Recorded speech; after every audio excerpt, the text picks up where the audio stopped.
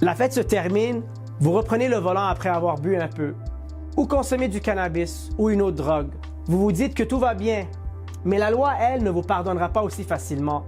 Conduire sous influence, c'est risquer bien plus qu'une simple amende. C'est votre casier, votre permis et votre avenir qui sont en jeu.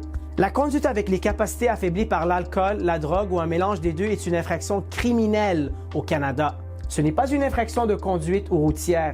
Plutôt, c'est une infraction criminelle, un délit, et elle est traitée très sérieusement devant les tribunaux. Les seuils de tolérance. Pour l'alcool, le seuil légal est de 80 mg d'alcool par 100 ml de sang, alors le 0,08.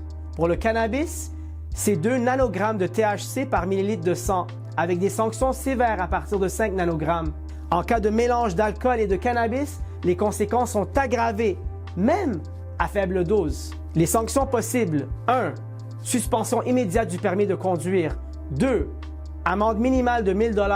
3. Casier judiciaire. Et 4. Possibilité d'emprisonnement, surtout en cas de récidive. 5. Véhicule saisi ou immobilisé. 6. Impact sur les assurances, les voyages et votre carrière professionnelle. Et dernièrement, révocation du statut de résident permanent. Et en cas d'accident, si vous causez des blessures ou un décès en conduisant sous l'influence, les peines peuvent aller jusqu'à la prison à vie.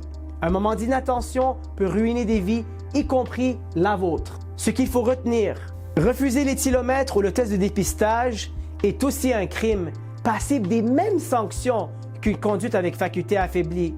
Dans tous les cas, collaborez. Mais faites valoir vos droits.